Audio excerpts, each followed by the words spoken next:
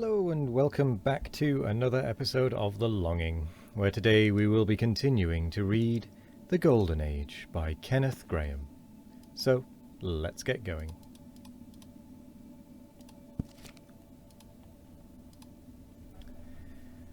A Falling Out. Harold told me the main facts of this episode some time later, in bits and with reluctance. It was not a recollection he cared to talk about. The crude blank misery of a moment is apt to leave a dull bruise, which is slow to depart, if it ever does so entirely. And Harold confesses to a twinge or two still at times, like the veteran who brings home a bullet inside of him from Marshall Plains over sea. He knew he was a brute the moment he had done it. Selina had not meant to worry, only to comfort and assist. But his soul was one raw sore within him, when he found himself shut up in the schoolroom after hours, merely for insisting that 7 times 7 amounted to 47. The injustice of it seemed so flagrant. Why not 47 as much as 49? One number was no prettier than the other to look at, and it was evidently only a matter of arbitrary taste and preference, and, anyhow, it had always been 47 to him, and would be to the end of time. So when Selina came in out of the sun, leaving the trappers or the far west behind her, and putting off the glory of being an Apache squaw in order to hear his tables and win his release, Harold turned on her venomously, rejected her kindly overtures, and ever drove his elbow into her sympathetic ribs in his determination to be left alone in the glory of sulks. The fit passed directly. His eyes were opened, and his soul sat in the dust as he sorrowfully began to cast about for some atonement heroic enough to salve the wrong.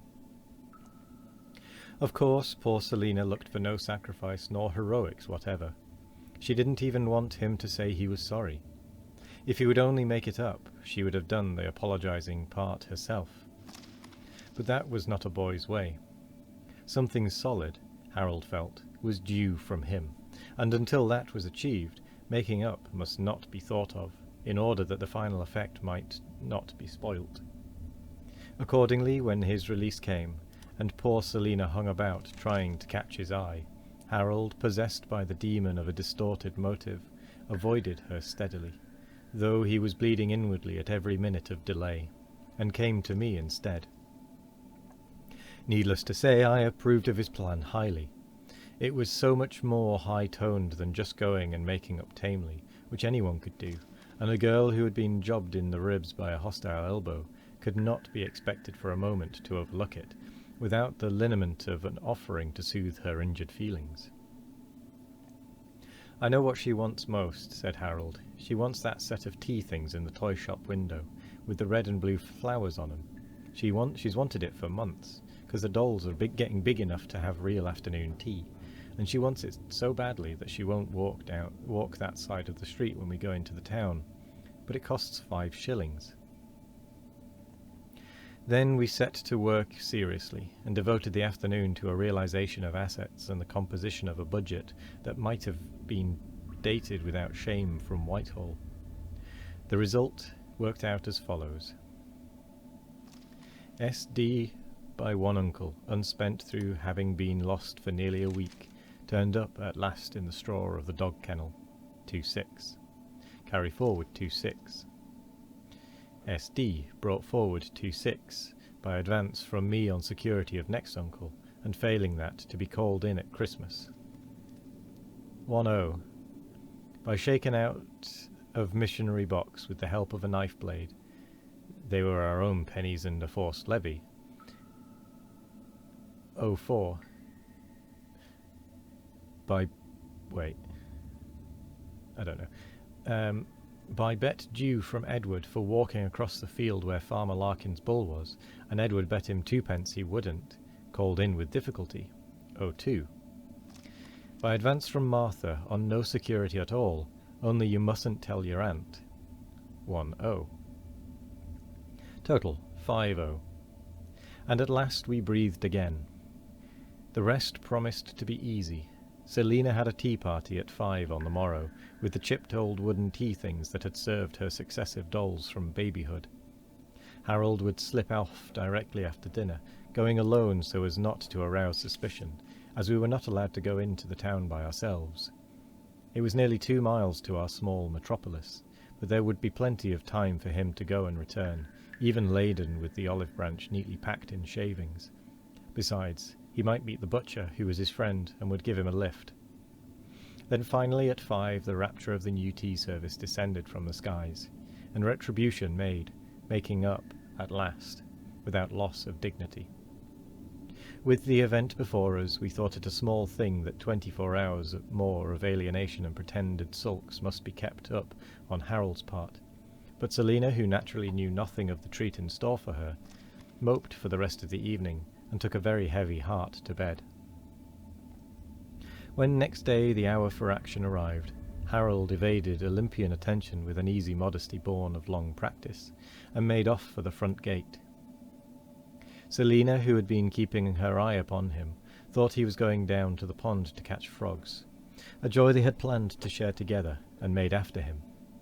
But Harold, though he heard her footsteps, continued sternly on his high mission, without even looking back, and Selina was left to wander disconsolately among flower beds that had lost for her all scent and colour.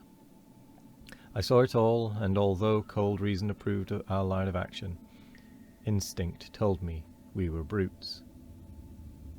Harold reached the town, so he recounted afterwards, in record time, having run most of the way for fear the tea things which had reposed 6 months in the window should be snapped up by some other conscience-stricken lacerator of a sister's feelings, and it seemed hardly credible to find them still there, and their owner willing to part with them for the price marked on the ticket. He paid his money down at once, that there should be no drawing back from the bargain, and then, as the things had to be taken out of the window and packed, and the afternoon was yet young, he thought he might treat himself to a taste of urban joys and la vie de bohème. Shops came first, of course, and he flattened his nose successively against the window with the India rubber balls in it, and the clockwork locomotive, and against the barber's window with wigs on blocks, reminding him of uncles and shaving cream that looked so good to eat, and the grocer's window displaying more currants than the whole British population could possibly consume without a special effort, and the window of the bank wherein gold was thought so little of that it was dealt about in shovels. Next there was the marketplace, with all its clamorous joys, and when a runaway calf came down the street like a cannonball, Harold felt like that he had not lived in vain. The whole place was so brimful of excitement that he had quite forgotten the why and the wherefore of his being there, when a sight of the church clock recalled him to his better self, and sent him flying out of the town, as he realized he had only just time enough left to get back in. If he were after his appointed hour, he would not only miss his high triumph, but probably would be detected as a transgressor of bounds, a crime before which a private opinion on multiplication sank to nothingness.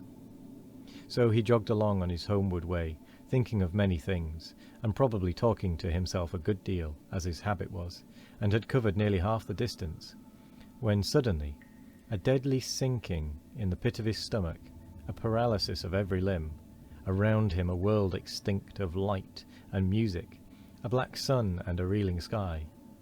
He had forgotten the tea things. It was useless, it was hopeless, all was over, and nothing could now be done. Nevertheless, he turned and ran back wildly, blindly, choking with the big sobs that evoked neither pity nor comfort from a merciless, mocking world around. A stitch in his side, dust in his eyes, and black despair clutching at his heart.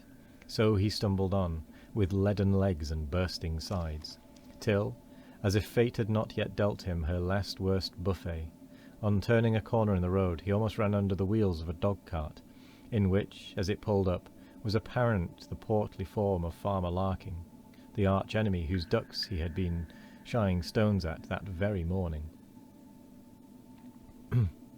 Had Harold been in his right and unclouded senses, he would have vanished through the hedge some seconds earlier, rather than pain the farmer by any unpleasant reminiscences which his appearance might call up. But as things were, he could only stand and blubber hopelessly, caring, indeed, little now what further ill might befall him. The farmer, for his part, surveyed the desolate figure with some astonishment, calling out in no unfriendly accents, "Why, Master Harold, whatever be the matter? They ain't running away, be thee?" Then Harold, with the unnatural courage born of desperation, flung himself on the step and, climbing into the cart, fell in the straw at the bottom of it, sobbing out that he wanted to go back.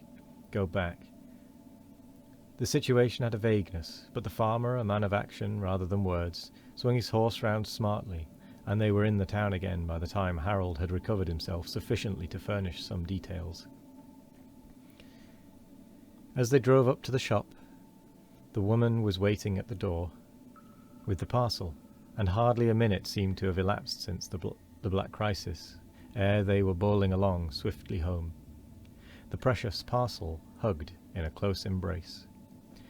And with that, I may have accidentally forgotten the time, so we have come to the end of the episode, and I will say thank you very much for joining me today. I hope you all have a wonderful morning, evening, afternoon, or night, no matter what time of day it is. I hope you all have a wonderful one of it, and as always, we will be back tomorrow for more of The Longing. Goodbye.